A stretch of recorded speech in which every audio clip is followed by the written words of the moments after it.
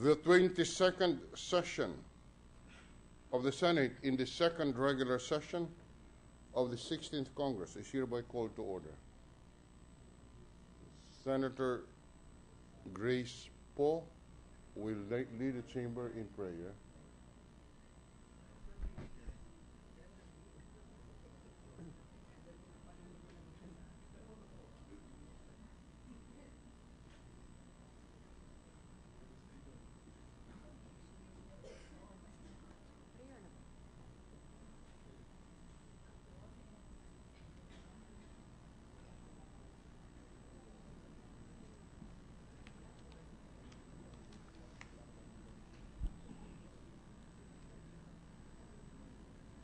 Sa ngalan ng Ama, ng Anak, ng Espiritu Santo. Amen.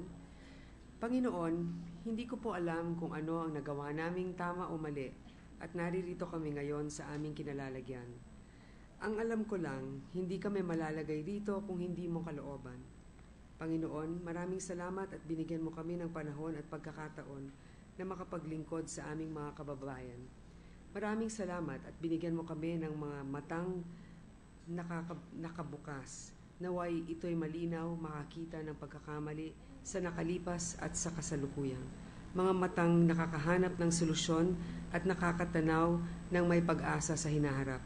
Maraming salamat sa aming pagdinig. Naway ito'y bukas hindi lamang sa bulong ng iilan at marinig namin ang hikbi at hinanaing ng aming mga kababayan sa kabila ng malalakas na boses sa aming lipunan.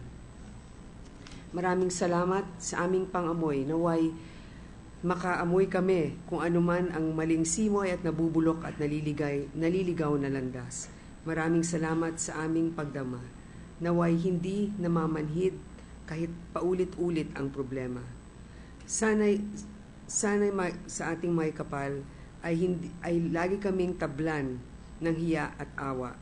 Ito at higit pa ang pinagpapasalamat namin at dasal namin ngayong araw. Sa ngalan ng Ama, ng Anak, ng Espiritu Santo. Maraming pong salamat, Senator Poe. The Secretary will call the roll. Roll call of members. The Honorable Senators Angara, Aquino, Binay, Cayetano Alan Peter Compañero S., Cayetano Pia S., Defensor Santiago, Ejercito, Enrile Escudero Estrada, Gingona, Unasan, Lapid, Legarda, Marcos, Usmeña, Pimentel, Poe, Recto, Revilla, Soto, Trillanes, Villar, Senate President Trilon. 16 senators are present. The chair declares the presence of a quorum. Majority Leader. Good afternoon, Mr. President. With the consent of the Senate, I move that we dispense with the reading of the Journal of the 21st Session, September 16, 2014, and consider the same as approved. Is there any objection? Hearing none. The reading of the Journal of September 16, 2000, of the session on September 16, 2014 is hereby dispensed with, and the same is hereby approved. Mr. President, I move to resume consideration of Senate Bill number 2278 under Committee Report number 52. Any objection? Hearing none. Consideration of the measure on third reading is in order. Mr. President, this is the legislative bill on the CARP land acquisition and distribution that we have approved yesterday on second reading. So with the consent of the Senate, may you request the Secretary to read only the title of the bill without prejudice to inserting into the Senate record the whole text thereof. The Secretary is directed to do so. An act mandating the completion of the land acquisition and distribution (LAD) component of the Comprehensive Agrarian Reform Program (CARP) by June 30, 2016, pursuant to Republic Act number 6657, otherwise known as the Comprehensive Agrarian Reform Law as amended. Mr. President, this is a certified measure. May I request the Secretary to read the certification from the President of the Republic of the Philippines. The Secretary will do so. Honorable Franklin M. Drilon, Senate President, Philippine Senate, Pasay City. Dear Senate President Drilon, we are transmitting the letter of His Excellency President Benigno S. Aquino III, certifying to the necessity of the immediate enactment of Senate Bill number 2278 entitled An Act Mandating the Completion of the Land Acquisition and Distribution LAD Component of the Comprehensive Agrarian Reform Program, CARP, by June 30, 2016, pursuant to Republic Act number 6657, otherwise known as the Comprehensive Agrarian Reform Laws amended, pursuant to the provision of Article 6, Section 26, paragraph 2 of the 1987 Constitution. Best regards, very truly yours, Paquito N. Ochoa Jr., Executive Secretary, and a letter from the President of the Philippines, Malacanang Palace, Manila, 11 June 2014, Honorable Franklin M. Drilon, President, Philippine Senate, Pasay City. Dear Senate President Drilon, pursuant to the provisions of Article 6, Section 26, Paragraph 2 of the 1987 Constitution, I hereby certify to the necessity of the immediate enactment of Senate Bill number 2278 entitled An Act Mandating the Completion of the Land Acquisition and Distribution Component of the Comprehensive Agrarian Reform Program until June 30, 2016 pursuant to Republic Act number 6657, otherwise known as the Comprehensive Agrarian Reform Laws, amended in order to address the immediate need to extend the operation of the Land Acquisition and Distribution Program under the Comprehensive Agrarian Reform Program set to expire on 30 June 2014. As a constitutionally mandated undertaking, it is imperative that the state ensure the completion of an agrarian reform program dedicated to the ideal of a just and equitable distribution of land among farmer beneficiaries. Despite the CARP's initial success in implementing agrarian reform, a substantial portion of the country's agricultural lands remains beyond the program's coverage and will continue to be so unless the program's efficacy is extended. The certification of Senate Bill number 2278 provides for the seamless implementation of the LAD and reaffirms this government's dedication to implementing genuine land reform. Best regards, truly yours, signed, Benigno S. Aquino III. The Majority Leader. Mr. President, I move to approve on third reading Senate Bill number 2278 under Committee Report number 52. I move for a roll call vote, Mr. President. The Secretary will conduct the roll call vote. Roll call vote. The Honorable Senator Singara, Aquino, Binay, Cayetano, Alan, Peter, Compañero S, Cayetano, P.I.S., Defensor Santiago, Ejercito, Enrile, Escudero, Estrada, Gingona, Hunasan, Lapid, Legarda, Marcos, Usmeña, Pimentel, Po, Recto, Revilla, Soto, Trillanes, Villar. Senate President Drilon. 18 affirmative votes, no negative votes, no abstention. Senate Bill 2278 is approved on third reading.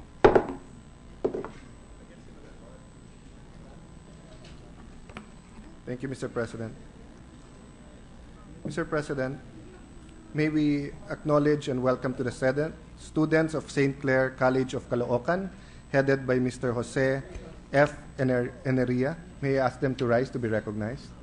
The students of St. Clair College, Caloocan, headed by Mr. Jose Eneria, is recognized, are recognized, and their presence is spread in the record of the Senate. Welcome to the Senate. Sir President, we also have students of the Polytechnic University of the Philippines, Santa Mesa, Manila, College of Business Administration, major in Human Resource Development Management, headed by Mr. Ralph Rojo. May we ask them to stand up also to be recognized? The record will reflect the presence of the students of Polytechnic University of the Philippines, College of Business Administration, headed by Ralph Rojo. Welcome to the Senate. Thank you, Mr. President. I move that we Before that, may the Chair recognize Senator Escudero? Thank you, Mr. President. Mr. President, just to manifest that I intend to submit a written explanation of the earlier vote on third reading on the bill that was approved by the body, including the reservations of this representation and the conditions for the vote that was just made. Thank you, Mr. President. Sir Noted, President, yes. may I move that other members who wish to submit their written explanations be given until session time on Monday to do so.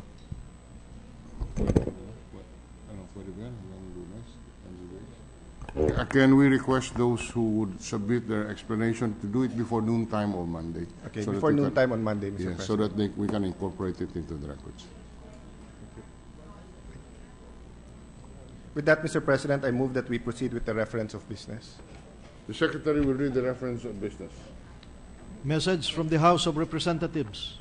Letter from the House of Representatives informing the Senate that on 10 September 2014, it passed the following House bills in which it requests the concurrence of the Senate.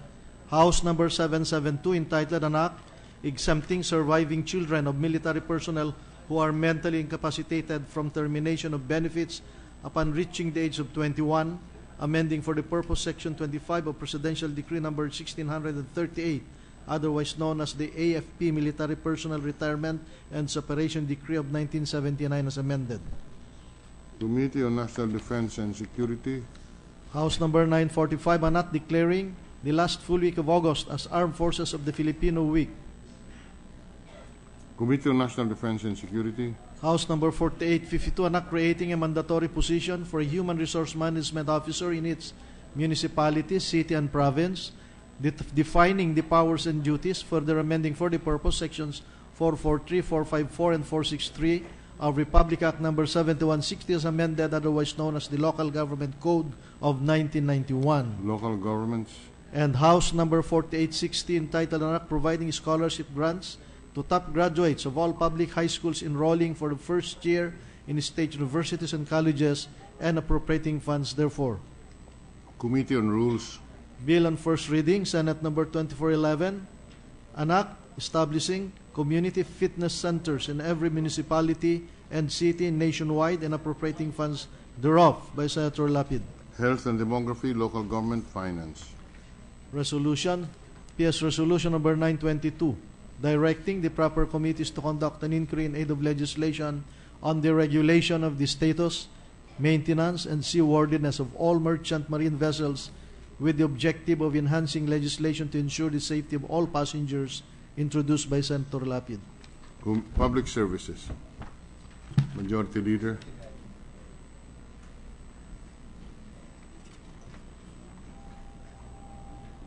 PG.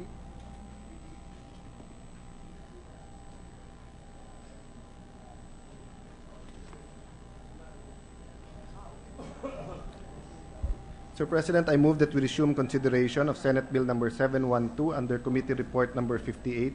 This is the mandatory PhilHealth coverage for all senior citizens, Mr. President. Any objection? Hearing none. Resumption of consideration of Senate Bill number 712 is in order. Mr. President, the parliamentary status of the measure is that we are in the period of interpellation. Thus, I move that we recognize the sponsor and the chairman of the Committee on Health, Senator Gingona. Senator Gingona is recognized. Mr. President, may I ask for a minute suspension? 1 minute suspension.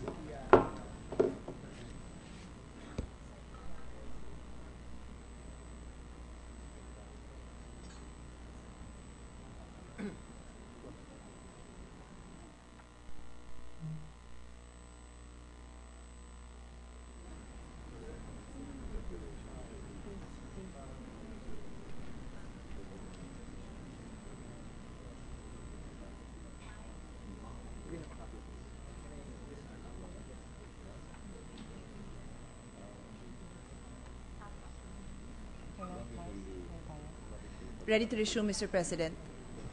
Session is resumed. Thank you.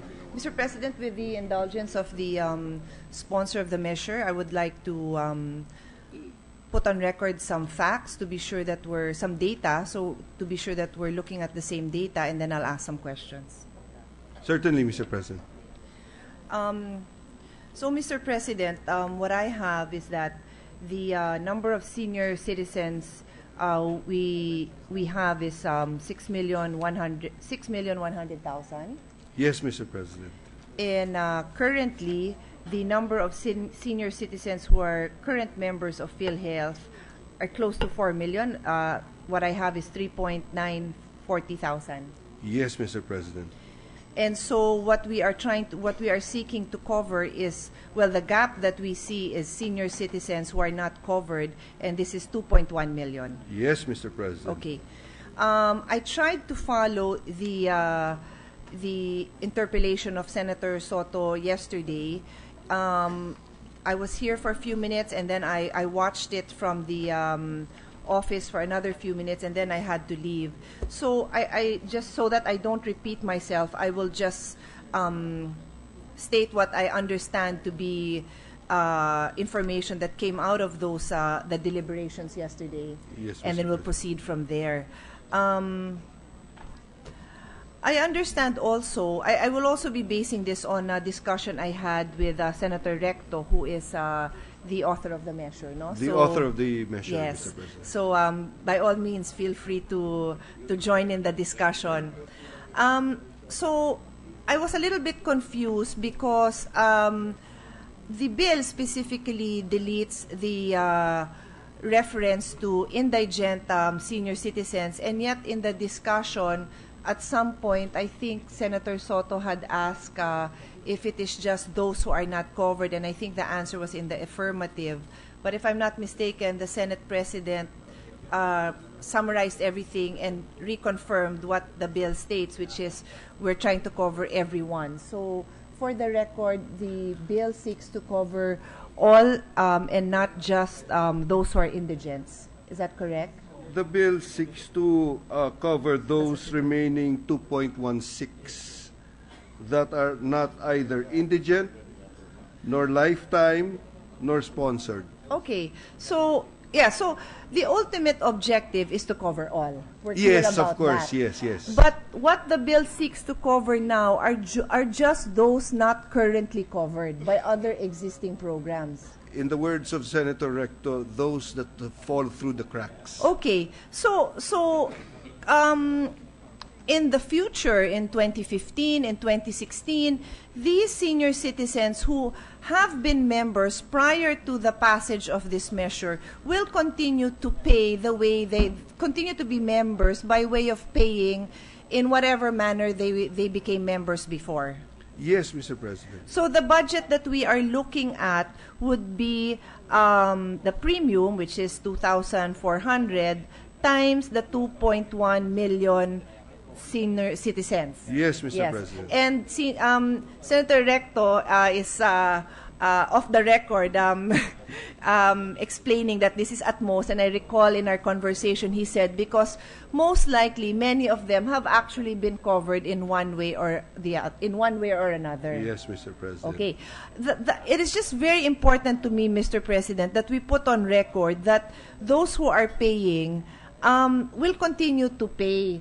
And the reason for that is if we look at the figures, we're looking at an additional 5.1 billion, which, again, and the next question I will ask to confirm is that this will come from sin tax. I also overheard that yesterday. Yes, Mr. President. Yes, and that's why we're very happy about the sin tax. And 5.1 billion is well within the amount that we can get from out of sin tax, Mr. President.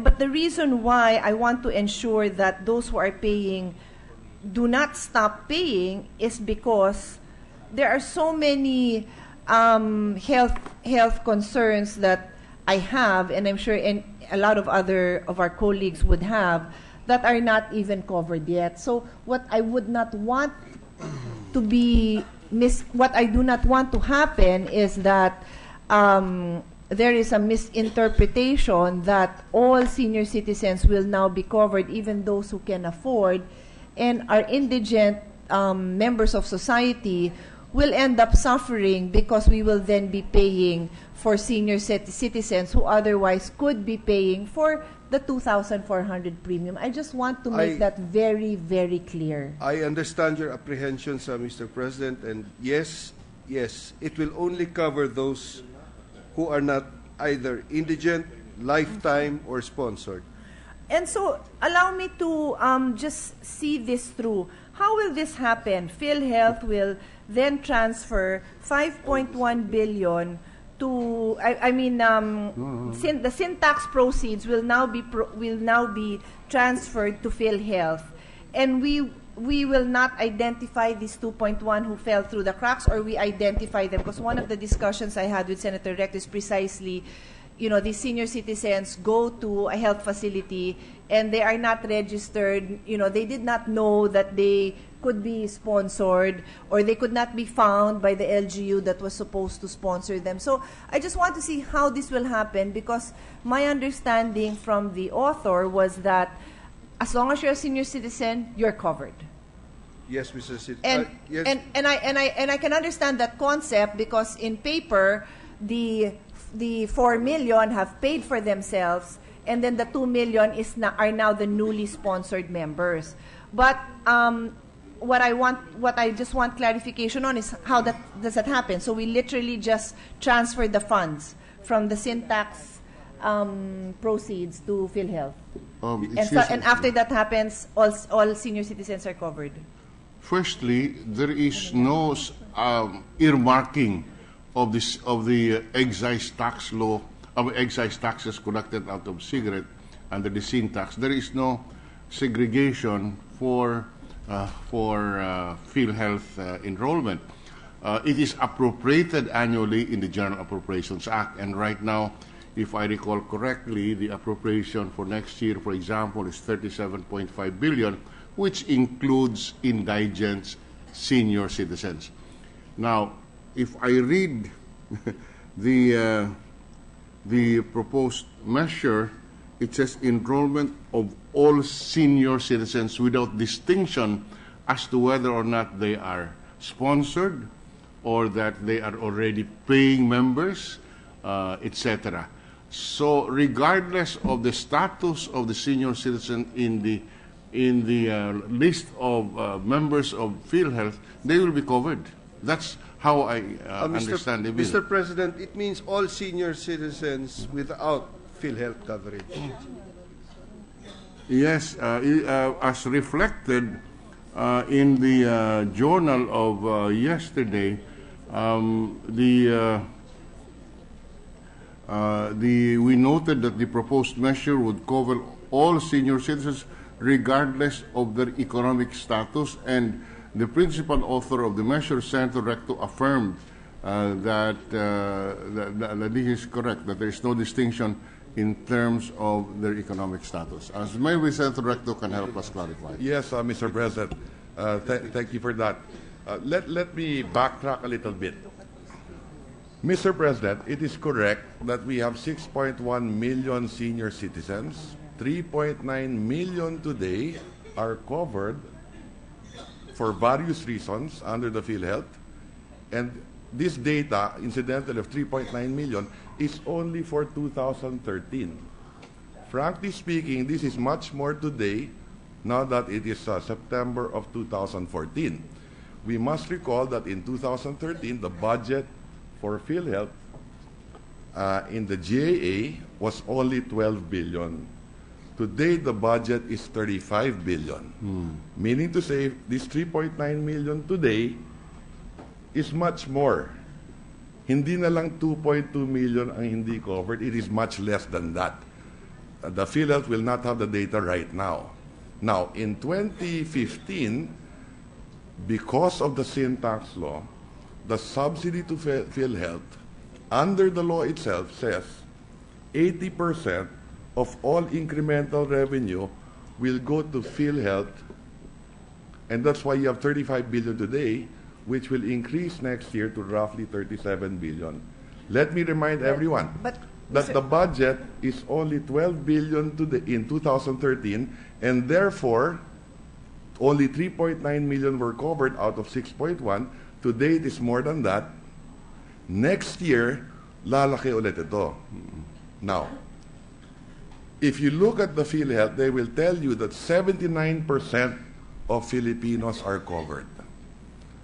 With our computation, by next year, following their computation, 88% will be covered. Okay? Having said that, the default system then is that when someone goes to the hospital, whether public or private, it is not covered ka ba? It is roughly, you are covered. 88% eh. Covered na dapat eh. So that is the default setting. What we are saying here is that sino ba ang unang-unang dapat natin tulungan dito? And it is in the mandate of the PhilHealth Charter itself, the elderly. It is found in the mandate itself. Universal health coverage is the mandate. That is the target. And that's why we passed the sin tax law, among others. Now, that is not the only source of funding of PhilHealth. The other is a progressive system of funding. Meaning to say, depending on your salary, mas mataas ang sweldo mo, mas malaki ang contribution mo for PhilHealth. Everyone gainfully employed, public or private, must contribute regardless of age, even if you are a senior citizen. Even if you're 60, 65, for as long as you are working, you still contribute to the PhilHealth. It is only when you retire that you do not have to contribute. And the law says also, if you've paid for 10 years, automatic lifetime member ka na. So, what is the practicality of all of this to simplify? Tama ba na alam na natin, binayaran na natin to, na pag ang senior citizen pumunta sa ospital, hahanapan pa natin ng PhilHealth card ID? Palagay ko hindi na tama dahil bayad na rin yan eh. Ha? Let me reiterate. The subsidy in 2013 was only 12 billion. The subsidy today because of the sin tax law is 35. That will increase next year to 37. Chances are, of the 6.1 million in 2013, 3.9 million were covered. Now that is more than that. Next year will be more than that. Will it be 5 million, 5.5 out of 6.1? Again, let me reiterate. The default is they are already members. So, hahanapan pa ba natin sila ng PhilHealth card? It is as simple as that, Mr. President. Mr. Well, if we are going to believe the PhilHealth officials today, they have a system of enrollment at site. When you come to the Yes. to the hospital, they will simply ask you, are you a member of PhilHealth? If you say no, you are enrolled in the PhilHealth right there at the site, which confirms what Senator Rector is saying, that it's supposed to be universal coverage. Yes. And that should strengthen the position that all senior citizens should be covered, regardless of economic status. Yes, yes. I have no disagreement with all that, Mr. President. But a few comments.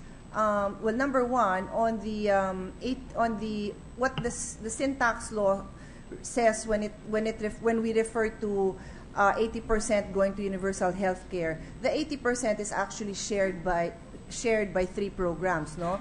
Universal health care under the National Health Insurance Program, that's PhilHealth, the attainment of the Millennium Development Goals, and health awareness programs. I just mentioned that so that when we discuss when we talk about our figures, we don't forget that the mandate is to really have funds also for the MDGs and the health awareness programs. Just to put that on record. So if we're talking like 37 billion available and the entire figure goes to PhilHealth, then that would not be consistent with the mandate of the law. No, I am not saying that, Mr. President. In fact, I have the computations here. What it says is that, and I can read it, it says in the law, after deducting the allocations under Republic Act number 7171 yes. and 8240, yes. 80% of the remaining balance of the incremental revenues derived from this act shall be allocated for universal health care under the National Health Insurance Program, the attainment of the Millennium Development Goals and health awareness programs, yes. and 20% shall be allocated nationwide. Yes. Based on Human Health Enhancement Program. Yes. That is correct. Yes.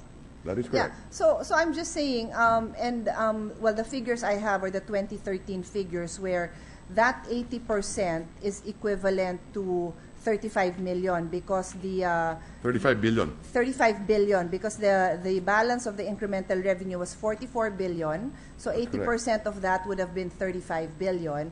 And therefore, you would then have to divide it for those 3 programs. The law does not dictate if it's 1/3, 1/3, 1/3, or so. I'm not going to get into that. I'm just saying that when we look at that figure and I fast forward to 2015, where we don't know exactly what the sin tax collection is. So it says there 37. So assuming the same types of figures, then parang lahat na ilagay for PhilHealth, which shouldn't really be the case.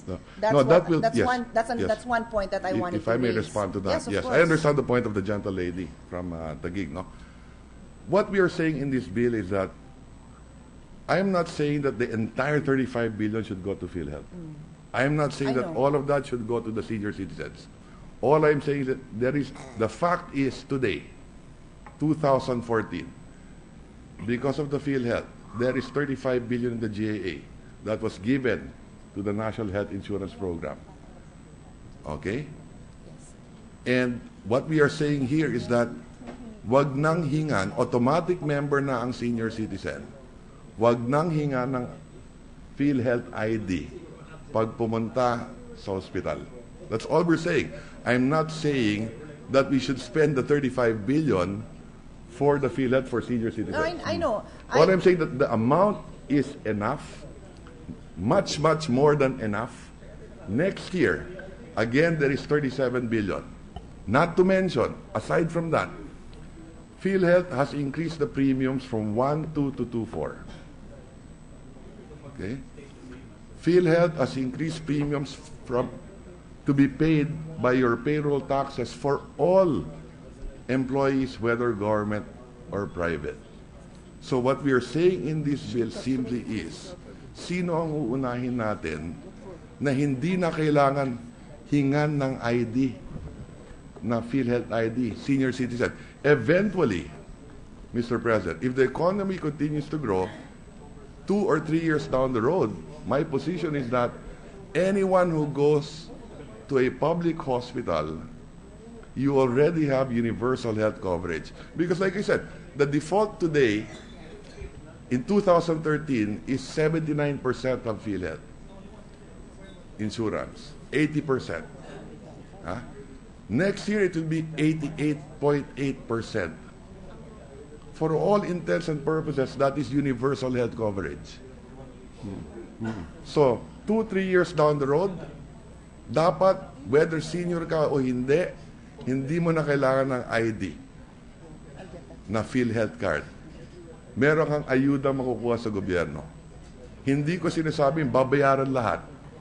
But whatever that fund can afford, it could be your first 10,000. It could be your last 10,000 in the bill. Yes, thank you, Mr. President. Yes. No, Mr. President, I have no argument with that. I don't. I am simply clarifying the figures so that when Yes. this is implemented by PhilHealth, there's no confusion. Yes. I have no argument with the desire of the sponsor, which is my desire too, that no Filipino citizen, not just some senior citizen, Seniors, is turned correct, away. So correct.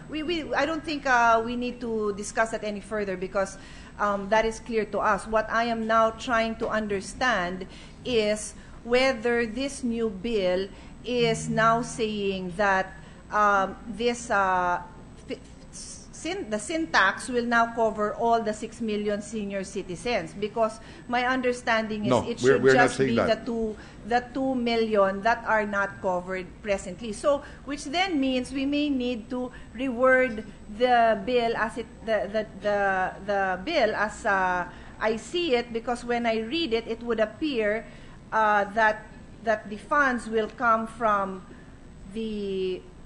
will be sourced from the NHIF, and that is PhilHealth. That is We correct. do know that PhilHealth has different sources of funding, but it could be the contributions, it could be their subsidized, but that's why Or interest income. precisely why I am conducting this interpellation is to Yes. clarify No problem, that, Mr. President. that the existing members will continue to be funded as they are being funded, whether correct. whether it is as an employee, whether Correct. they are lifetime members and Correct. funded by that means. That is the first important point that I would like to That put is on correct. record. I don't expect, in fact, I think that the PhilHealth will make more money next year. Because if you go by the financial statements in 2013, their total income was 62 billion. They made 2 billion, 60 billion was their payout, 12 billion came from the national government, yung contribution 50. Next year, they will collect 50 billion. They will make more than 6 billion in income for sure. But then we will be giving them 35 to 37 billion. Pero yung gagastusin lang nila, 60 billion pa rin. They will have a net income of 27 billion next year. Now, the lady said 2.2 million ang hindi covered today ng senior citizens. At 2,400 each is equivalent to 5 billion, di ba? Okay, now, that's why I said on the sidelines earlier that that is the maximum cost. 5.2 billion. Why is that, Mr. President? Because today, a sponsored family is 2,400. Mag-asawa, kung may dependent, below 21, at magulang na 60 and above. So it is not precisely correct to say that for each senior, 2,400 yung premium. If at all, that will be the maximum. So the cost is really very small. So even assuming the cost of the premium is 5.2 billion, whether that number is 35 billion or 30 billion, and the interest income pa lang of 6 billion last year is enough already to cover the 2.2 million, which I said also by today will be much less. Kasi 2014, na this data is 2013, December, Mr. President. Mr. President, So thank you very much for that, Mr. President. yes, Mr. President, the point of Senator Cayetano is well taken. It could lead to misinterpretation, and we will make the necessary amendments so that it can be made clear that what is being covered is just the 2.16 senior citizens that are either not indigent, lifetime member, or sponsored members. And that is the only clarification I intended to make. Right. I have other figures here, but they're irrelevant at this point, as long as we all understand that that is the objective of this measure. Thank you very much, Mr. President. All right. Thank you, Senator Cayetano. Majority Leader, Mr. President, may I ask for a minute suspension? 1 minute suspension.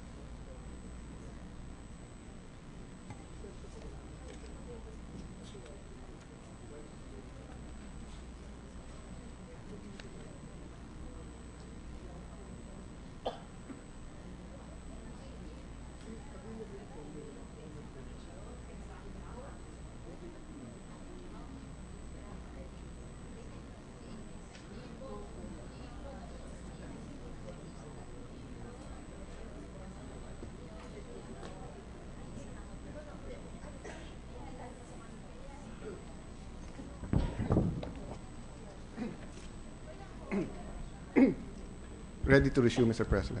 Session is resumed. Mr. President, before I move to close the period of interpellation, may I make a manifestation just to agree with both Senator Pia Cayetano and with Senator Ralph Recto.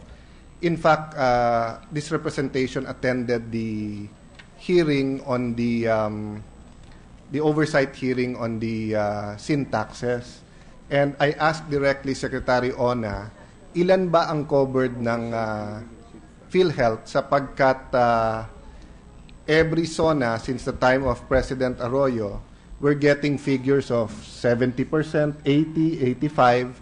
Pero pag pumunta po kayo outside Metro Manila or even in Metro Manila at nagtanong po kayo sa kahit anong grupo, mga 30 to 50% lang po ang magsasabi ng covered sila. Even in your hometown, Mr. President, in Iloilo, when we had the project with some tricycle drivers, the same po, no?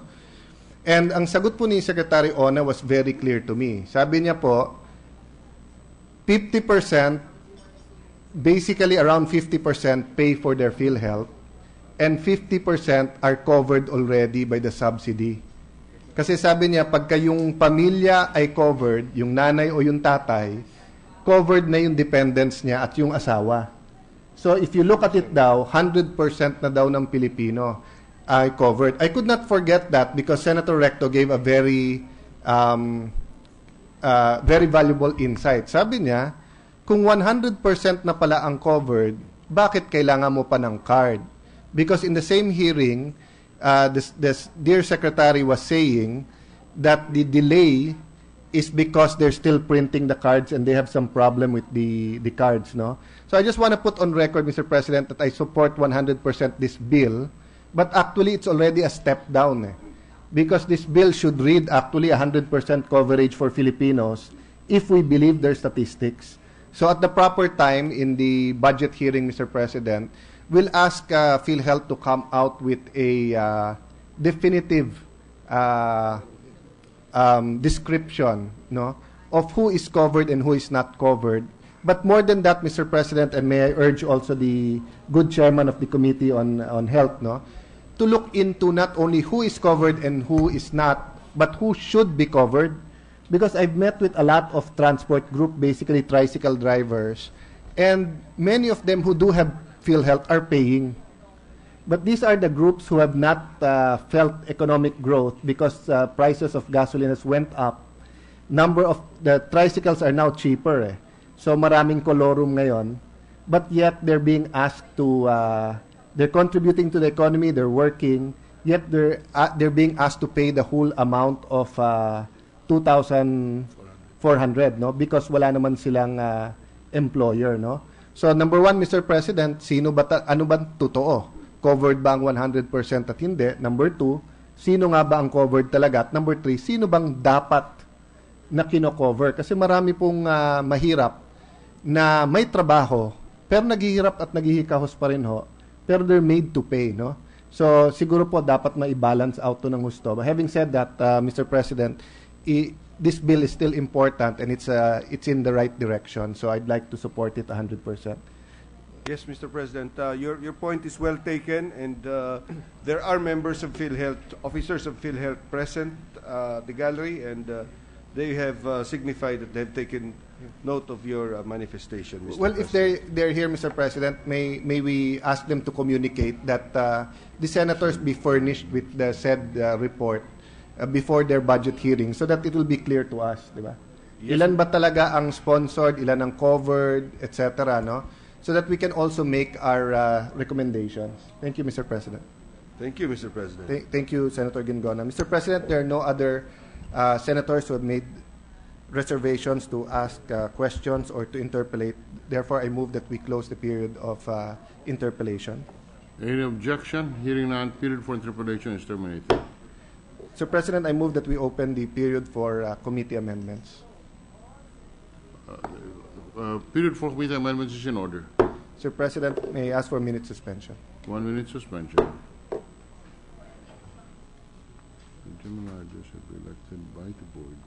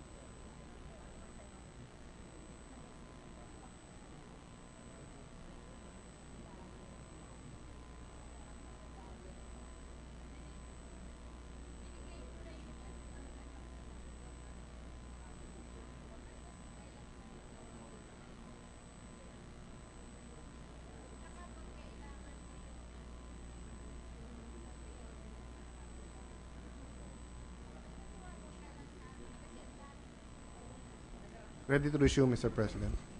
Session is resumed.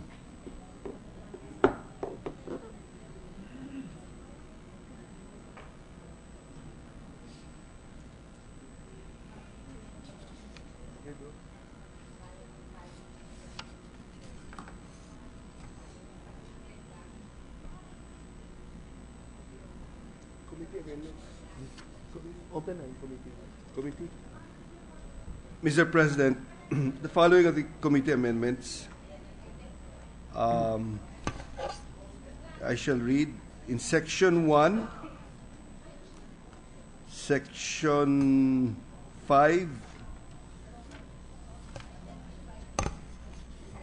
subparagraph H2, mandatory PhilHealth coverage, shall be amended as follows.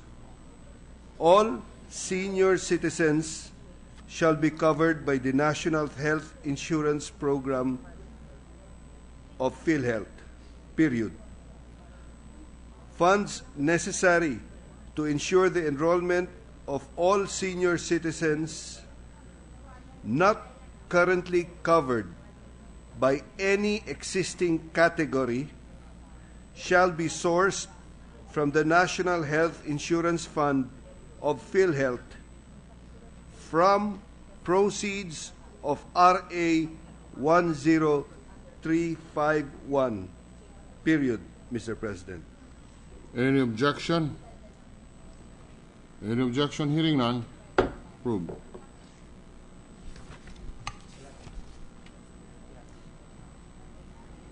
Mr. President, there are no other committee amendments. I move that we close the period for committee amendments. Period for individual amendments is in order. Mr. President, there are no senators who registered. Senator Pia Cayetano. Actually, Mr. President, I don't have an individual amendment. I'm happy with the committee amendment. I just want to make a manifestation. Because we were able to agree on the wording of the measure, because we all agree with the outcome, which is that all senior citizens would be covered, I didn't have to use as example some of the data that I put together with respect to how the excise tax is being spent, and precisely because, Mr. President, although we know we do have the figures for 2013, I have personally been requesting for the breakdown of how this 35 billion is distributed, the 44 billion is distributed, and I've still not gotten it. And in fact, in the last week, when a number of us were in Malacanang for the turnover of the Bangsamoro Basic Law, I asked the secretary once again, and in front of me, he told his staff to give it to me. But what they gave me,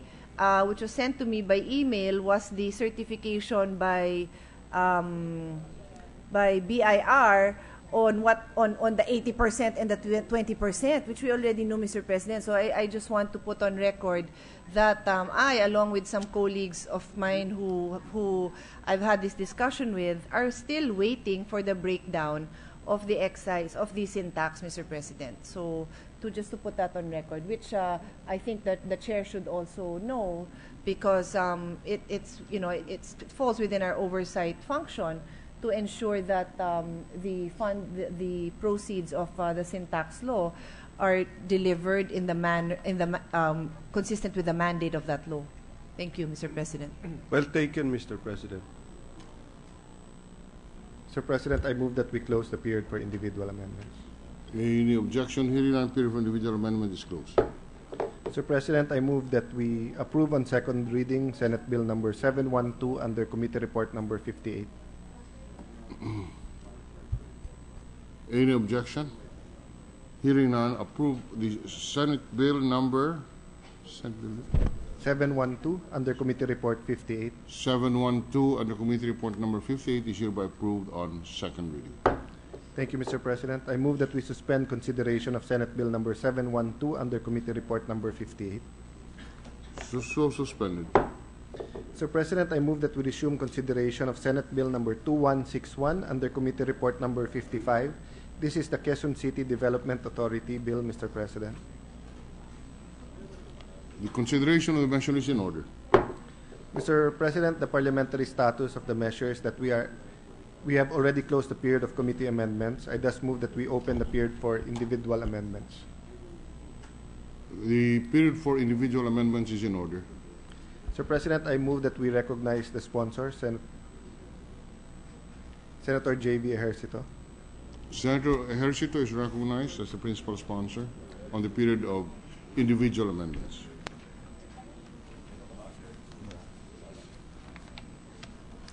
Senator Soto is recognized.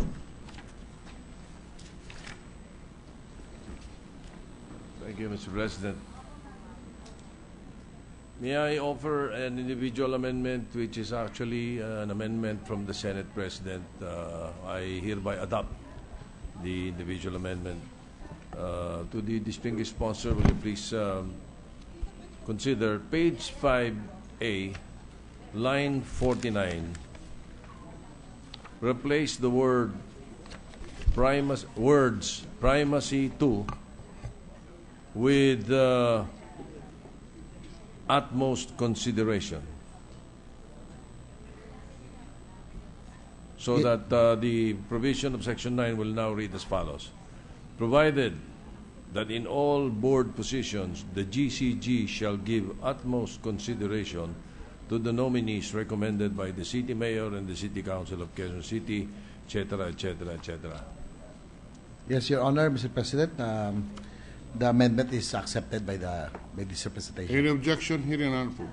I have no further individual amendments, Mr. President. The chair would like to propose just two simple amendments, which is more a matter of form than of substance. On page 7A,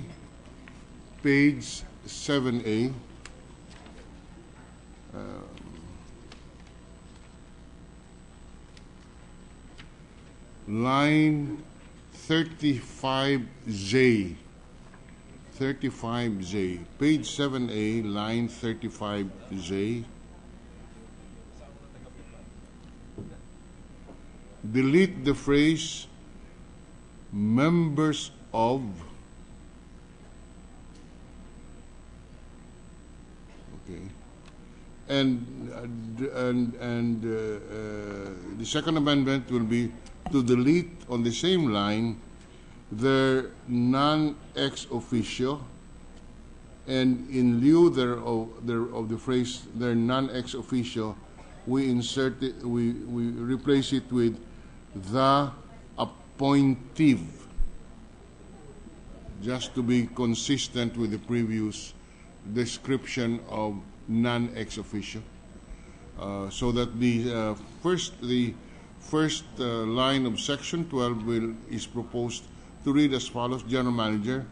The General Manager shall be elected by the Board from the appointive members. Yes, Mr. President, accepted. It doesn't change the substance. I adopt the proposed amendment, Mr. President. Okay, the amendment having been accepted, any objection? Hearing none, adopted. Just one more amendment, and this is on page 10. On page 10, line 22B, as in boy, line 22B. After the word required, and before the period, insert the phrase or allowed. I adopt the amendment, Mr. President. The proposed What does the amendment. sponsor say? Yes, Mr. President, amended, accepted. Any objection? Hearing none. Mr. Majority Leader? Sir President, no other senator has expressed his or her intent to propose individual amendments on the said measure. I thus move that we close the period of individual amendments. Any objection? Hearing none, the period for individual amendment is hereby terminated. Sir President, I now move that we approve on second reading Senate Bill number 2161 under Committee Report number 55. Any objection? Hearing none. Senate Bill number 2161 is hereby approved on second reading. Sir President, I move that we suspend consideration of Senate Bill 2161 under Committee Report number 55. Before the chair acts on the motion, the chair recognizes the Minority Leader. We would just like to express the gratitude of the people of Quezon City to the Senate President, the Majority Leader, and Senator J.B. Ejercito, Mr. President. Thank you for that acknowledgement, Mr. Minority Leader. There is a motion that we suspend consideration of the measure. Any objection? Hearing none, approved. Sir President, may I move for a minute suspension? 1 minute suspension.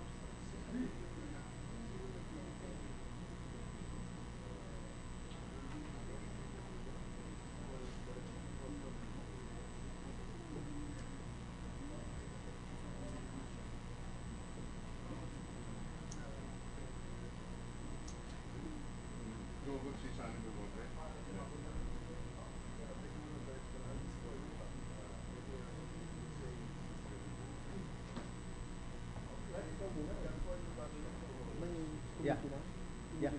Individual.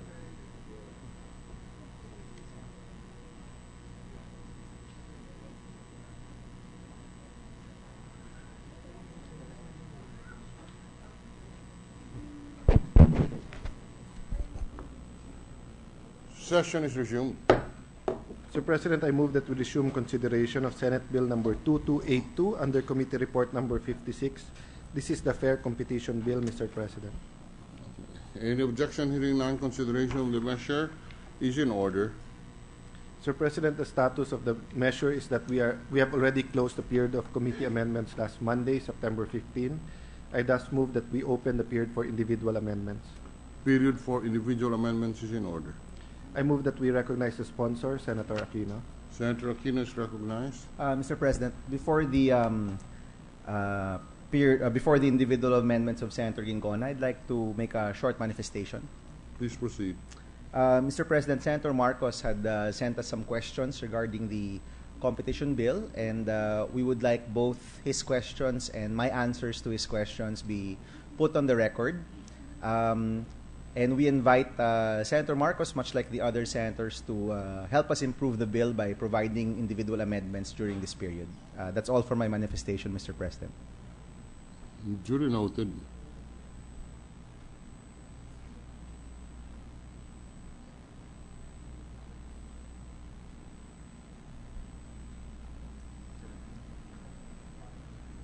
Mr. President, I move that we recognize Senator Gingona to propose some individual amendments. Senator Gingona is recognized. Thank you, Mr. Chairman. Thank you, Mr. President. Mr. President, for my first amendment, I move that Chapter 1, Section 3 be amended as follows. And I read Section 3, Scope of Application. This act shall be enforceable against any person or entity within the territory of the Republic of the Philippines and shall apply to all areas of trade, industry, and commerce, period.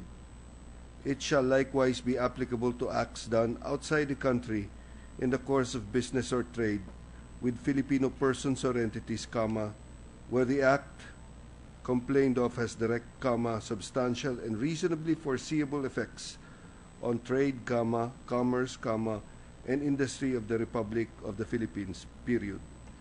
And thereafter, delete the next paragraph that starts with the and ends with the word services. We accept, Mr. President. Any objection? Hearing approved. Thank you, Mr. President. Amendment number 2, I move that Chapter 3, Section 1 be amended as follows. And I read Section 1, Anti-Competitive Agreements. Entities all the way, with the word starting with entities, all the way to the last paragraph which says, provided, however, that the agreements done between and among competitors shall be considered criminal acts, period.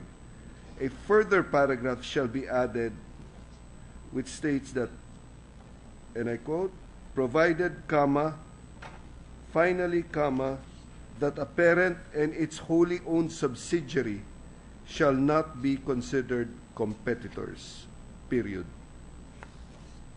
We accept, Mr. President. Any objection? Hearing approved.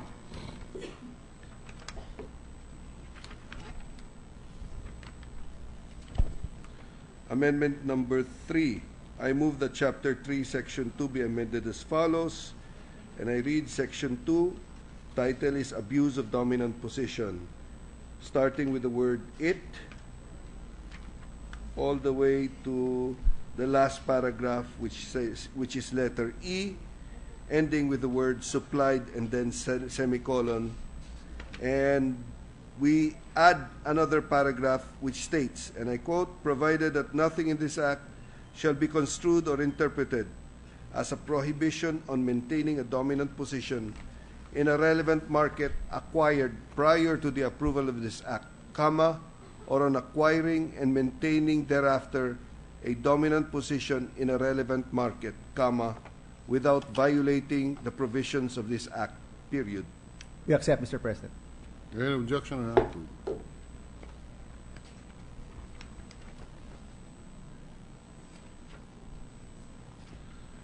Amendment number 4, I move that Chapter 4, Section 6 be amended as follows. Section 6, which starts with the title Permissible Merger and Acquisitions and ends with the paragraph B, which ends with the word assets, period. A further paragraph shall be added, which states, provided, comma, that an entity shall not be prohibited from continuing to own and hold the stock or other share capital or assets of another corporation which it acquired prior to the approval of this act, or acquiring or maintaining its market share in a relevant market through such means without violating the provisions of this act. End. We accept, Mr. President. Any objection, Your Honor? Section 20, which reads as with the title of private action. We remove the phrase, regardless of the status or pendency of any proceedings, and insert the phrase, any person who, and I shall read, suffers, insert the word direct, injury by reason of any violation of this act may institute a separate independent civil action, comma, irrespective of the amount involved in the controversy against the defendant or defendants after the Commission renders a decision, comma, following an adversarial proceeding, comma, finding that said defendant entity was engaged in anti-competitive practices or otherwise abused its dominant position, and shall recover damages sustained, comma, the cost of suit and reasonable attorney's fees, colon, provided, comma, however, comma, that no filing fees shall be collected, colon, provided, comma, further, comma, that filing fees shall constitute the first lien in the award of damages. We accept, Mr. President. Any objection, Your Honor? Those are all my amendments, Mr. President. Mr. President, for the record, we'd like to thank Senator Gingona for all of his amendments and for taking the time to diligently study the provisions of this bill. Thank you very much, Mr. President. Thank you, Mr. President. Thank you. Majority Leader?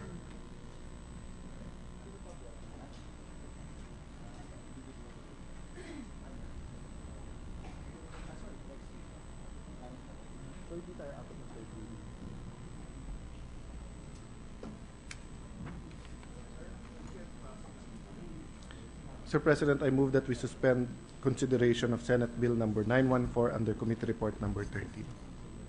Suspended.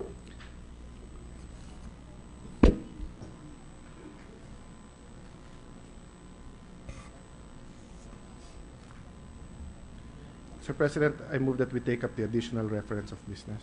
The Secretary will read the additional reference of business. Additional reference of business. Messages from the House of Representatives.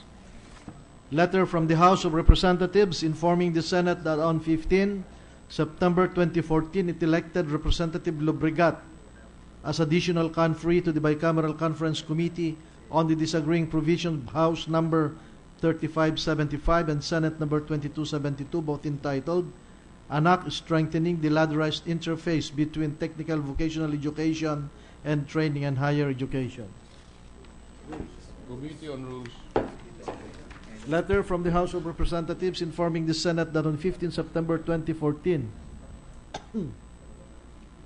it elected Representative Lobregat as additional conferee to the Bicameral Conference Committee on the disagreeing provisions of House number 4553 entitled An Act Expanding Access to Educational Services by institutionalizing open distance learning in higher education and appropriating funds therefore, and Senate number 2274 entitled An Act to expand access to education through open learning and distance education in tertiary levels of education, appropriating funds therefore and for other purposes. Committee on Rules.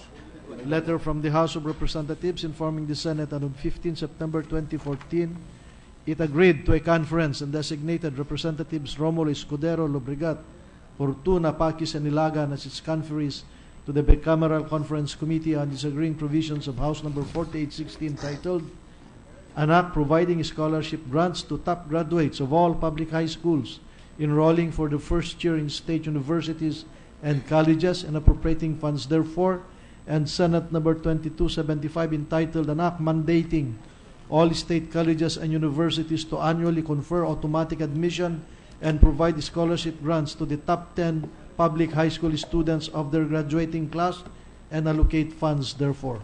Committee on Rules. Majority Leader.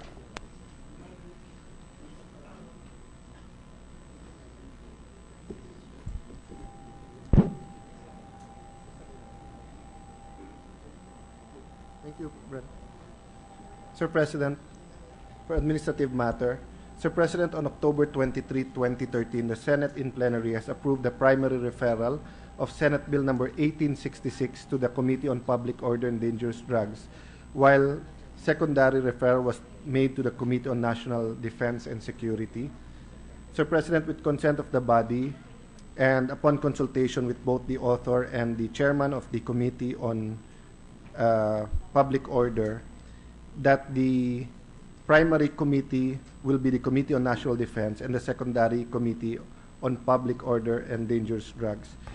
Senate Bill number 1866 is entitled An Act Regulating the Proliferation of Strategic and Dual-Use Goods and Services, providing penalties for their violation for other purpose. I assume the Committee on Rules has determined that this is consistent with the rules of the committee, of the Senate.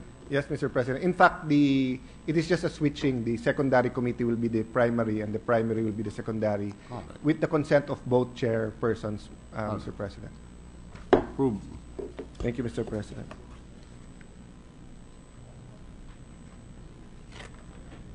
Sir President, I move that we adjourn the session until 3 o'clock in the afternoon, September 22, 2014. Session is adjourned until Monday, September 22, 2014, at 3 o'clock in the afternoon.